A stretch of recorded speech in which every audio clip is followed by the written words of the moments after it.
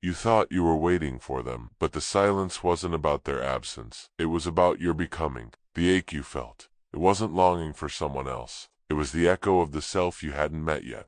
Some people don't arrive to complete you. They awaken the part of you that finally stops hiding. You don't find them. You become someone they can find. These meetings don't begin outside of you. They begin within, in the strange moments of disorientation when your life no longer fits, but nothing obvious has changed. It starts with a quiet ache, a soft tension beneath the skin of your daily life. Something shifts internally, like furniture being moved in a locked room. You wake up and the people, places, and pleasures that once comforted you suddenly feel unfamiliar, like you're living inside someone else's story. Carl Jung didn't believe in coincidences. He believed in echoes, that when the unconscious is ready, the world begins to rearrange itself to mirror that readiness. So if you're sensing a presence you haven't met, if your soul feels like it's calling out without knowing for whom, trust it. These are not fantasies, they're frequencies. Your ego might not understand, but your psyche already remembers. The person you're about to meet may not know your name, but their soul already remembers your language. Before they arrive, something inside you unravels.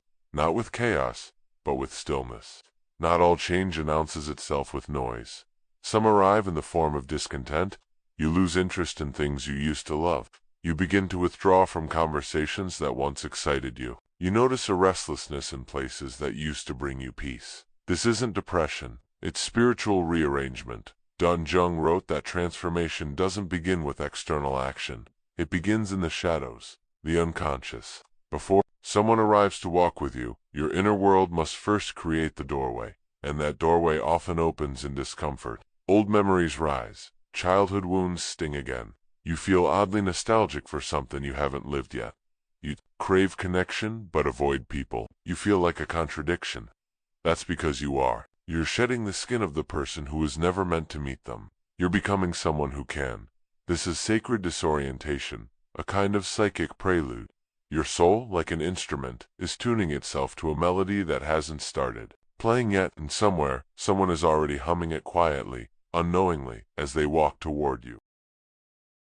At first it feels like the world is whispering. A name appears in places you've never looked before. A song from your childhood plays twice in the same day, once in a dream, once in a coffee shop. Someone says the exact words you've been silently thinking, and you pause, not because it's loud, but because it's too precise to be random. Carl Jung called this synchronicity, meaningful coincidence that doesn't follow logic, but follows something deeper, a rhythm, a signature, a pattern of the soul. These aren't signs sent to impress you. They're signs that your unconscious has begun to move, and the world, like a mirror, is starting to bend and reflect it back. Reality becomes soft. Symbols sharpen. Everything begins to feel alive with hidden intention. But synchronicity is not always gentle. Sometimes, it doesn't lead you toward the other person, it leads you back to yourself, especially the parts you've exiled. You begin to feel things you thought you had buried, grief without a clear source, anger that doesn't have a name, shame that bubbles up at odd moments. This is not regression, this is shadow work, the forgotten architecture of your soul rising up to be seen. Jung believed that what disturbs us and others is often a reflection of what we've denied in ourselves. So before you meet someone who sees your truth, you are invited, sometimes forced to see it first. This is why synchronicity is not just about magic, it's about preparation. The signs don't lead you to a fantasy. They lead you to your reflection, and if you dare to look, you may see the armor you've built, the tenderness you've locked away, the strength you've forgotten how to trust. The person you're about to meet is not just someone out there. They are someone who will stand at the precise intersection of your remembered pain and your emerging truth. And when they speak, they won't flatter your ego. They'll speak directly to the part of you you're just beginning to recognize, and you'll feel it not as romance, but as revelation. After the chaos, something strange happens. You stop searching. You stop asking the universe for signs. You stop chasing timelines and people and meanings. And yet, a soft knowing begins to settle. Not in your thoughts, but in your bones. You're not sure why, but you feel ready, not desperate, not hopeful, just prepared. This is the silence that comes before the arrival. It doesn't feel exciting, it feels sacred. like the air is holding its breath with you, like your soul is finally no longer leaking energy in every direction. You begin to walk slower, speak less, not because you're sad, but because you're finally listening. You feel worthy, not because someone told you, but because you remembered. The ache for validation fades. The hunger to be seen softens. Something inside you starts to glow quietly, privately. Jung called this the self, the center of your psyche rising to the surface, not as a concept, but as an embodiment. This is what happens when you no longer want to be saved, because you've finally stopped abandoning yourself. But with that stillness comes something sharp. Something breaks. Quietly. It might be a relationship ending, a chapter closing, a part of you collapsing under its own weight. Sometimes this moment looks like peace. Other times it looks like grief without context. You wake in tears. You feel exhausted for no reason. The people around you no longer feel close. You wonder if you're broken, but you're not. You're birthing. This is the moment most people run from, but it's the one your soul has been moving toward all along, because this is when the old you dies, not with drama, but with dignity, not with noise, but with reverence. The version of you who begged to be chosen, who shrank to fit love, who chased mirrors instead of facing their own, that version has served its purpose, and it's being laid to rest, without applause, without permission, because before the person arrives, the one who will see you without masks, you must know how to sit with yourself unmasked. And to do that, something in you must break, not to destroy you, to clear the space for the one who is already coming.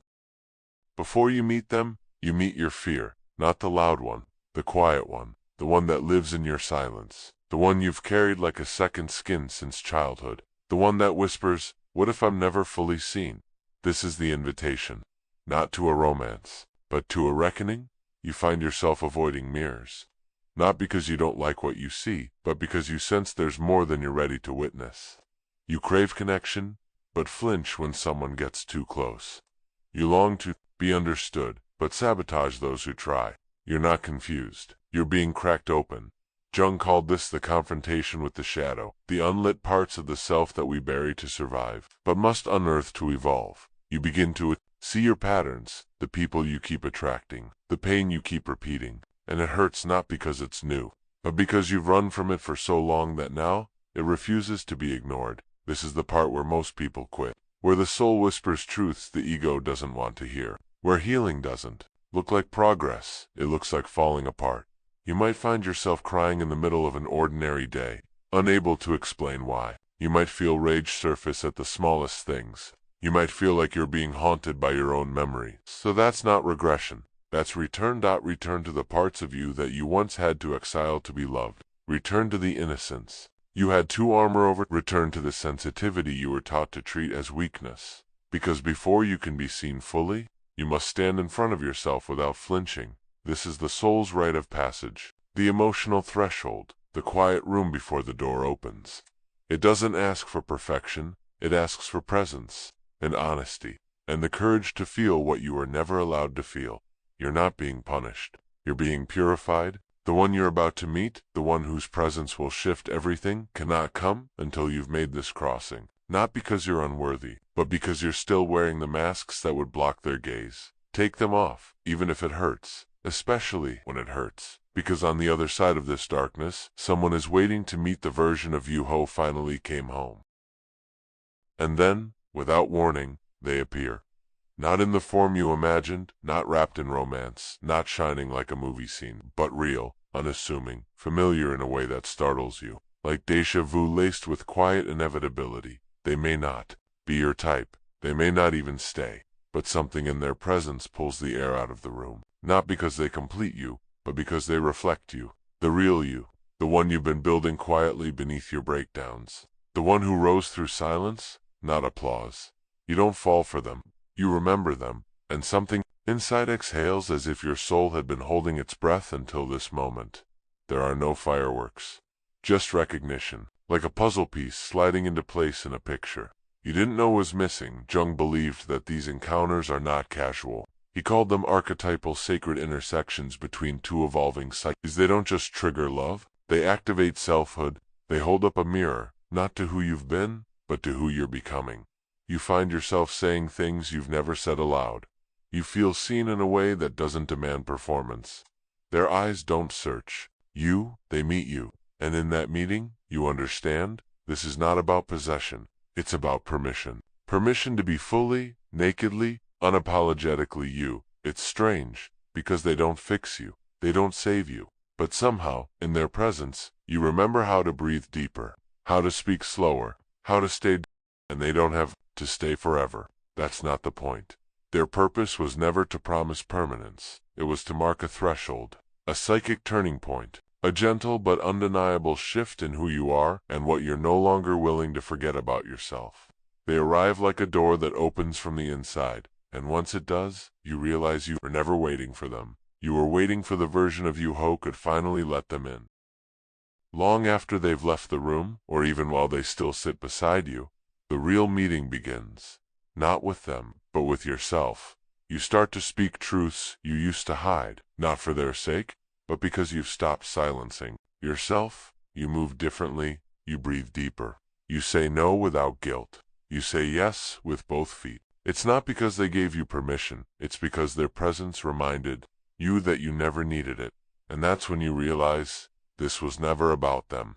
It was always about the part of you they mirrored back with such clarity. You could no longer look away. Jung once wrote, "We meet ourselves time and again, in 1,000 disguises, on the path of life." This meeting, the one that changed you, was one of those disguises, a sacred echo wearing human skin, a message from the universe in the shape of a person, a door that didn't lead you to another, but led you home, because sometimes the soul sends someone not to stay, but to stir, not to fulfill your story, but to rewrite your ending. They come like lightning through your timeline, rearranging everything you thought you knew about love, about truth, about what it means to truly be seen. And when they leave, if they do, you won't feel empty. You'll feel full. Not with them, but with yourself. With the version of you that emerged from the mirror they held up.